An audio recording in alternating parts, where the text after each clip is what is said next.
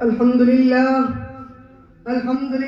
رب العالمين، والصلاة والسلام على سيد المرسلين وعلى آله وأصحابه أجمعين. أما بعد، أعوذ بالله من الشيطان الرجيم. بسم الله الرحمن الرحيم. إنما يخشى الله من عباده العلماء. صدق الله العلي العظيم.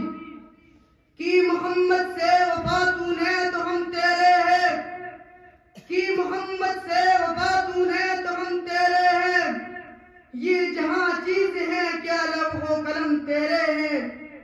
آپ نے قدر سامعین اکرام اور مہمان اعظام، آج میں انیان با سفر، شہیدان عشق و وفا، وارثان بلال اور عشاق نبی کے تذکرے کی سعادت حاصل کر رہا ہوں، جن کا قلب و جگر نبی کی عظمت سے معمور تھا، جن کا دل عشق نبی سے سرسبز تھا، جن کے چہرے پر عزم و استقلال کی کرنیں جلوہ بگن تھی، جنہوں نے امت کا نبی سے پیار کرنا سکھایا، عشق نبی کا طریقہ بتایا، محبت نبی کا راستہ دکھایا، جن کا دنیا علماء دیوبند کہتی ہے.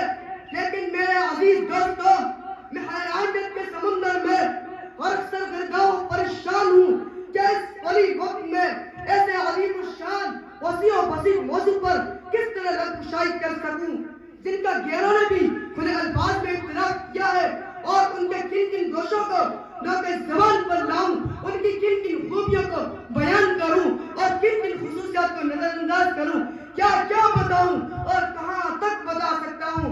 خدا را جاؤ، اگر تم سے ہو سکے تو علماء دیوبند کے نبی کی داستان تاریخ کے اولاد سے پوچھو، مکہ کی گلیوں سے پوچھو، مدینہ کے ریگستانوں سے پوچھو، بالاکوٹ کی پہاڑیوں سے پوچھو، مالٹا کے قید خانوں سے پوچھو، یہ سب تمہیں علماء دیوبند کے نبی کے نغمے سنائیں گے، جنہوں نے عشق نبی کے خاطر اپنی جان آخری کے حوالے کر دی. حق تو یہ ہے کہ اگر اس سرزمین دیوبند پر علماء دیوبند کی شکل میں احسان خدا نہ ہوتا تو ہمیں عشق نبی کا طریقہ معلوم نہ ہوتا، محبت نبی کا وجود نہ ہوتا، اگر علماء دیوبند نہ ہوتے تو ہمیں نبی سے پیار کرنا نہ آتا، اگر علماء دیوبند نہ ہوتے تو ہمیں نبی کو اپنے سینہ میں بسانا نہ آتا، نبی سے چمٹنا نہ آتا. دوستوں، حضرت مولانا قاسم نانوتوی کی ہستی سے کون نہ واقف ہے؟ انہیں کون نہیں جانتا جو علماء دیوبند کے سب سے بڑے لیڈر، سب سے بڑے قائد، سب سے بڑے رہنما ہے.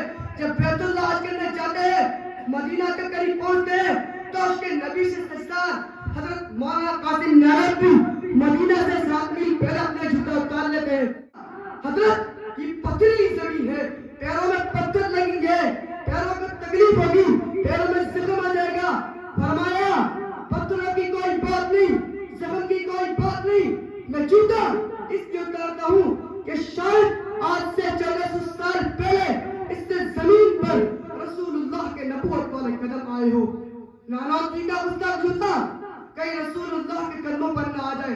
ہائے ہائے، کیا عشق تھا رسول کا، کیا جذبہ تھا اتباع سنت کا، کیا شوق تھا تقلید پیغمبر کا.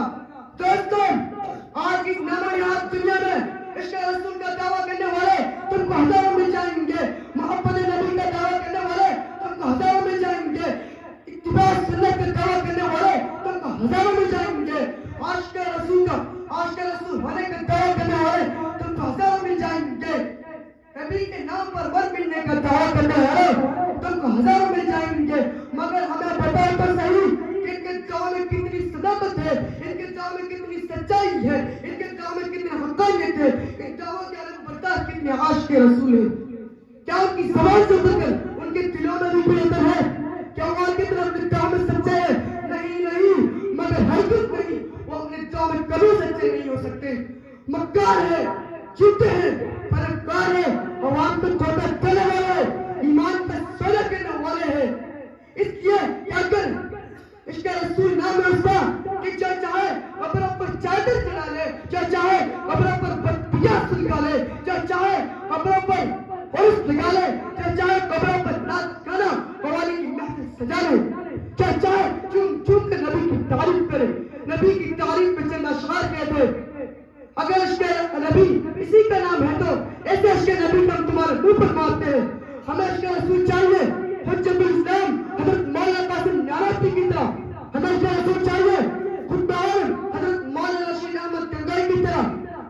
ہمیں اس کا رسول چاہیے شیخ الہند حضرت مولانا محمود حسن دیوبندی کی طرح. ہمیں اس کا رسول چاہیے شیخ الاسلام حضرت مولانا سید حسین احمد مدنی کی طرح. ہما علیہ مصاحب نمبر 7 ممتاز احمد کو دعوت دیتا ہوں کہ وہ آئے اور تقریر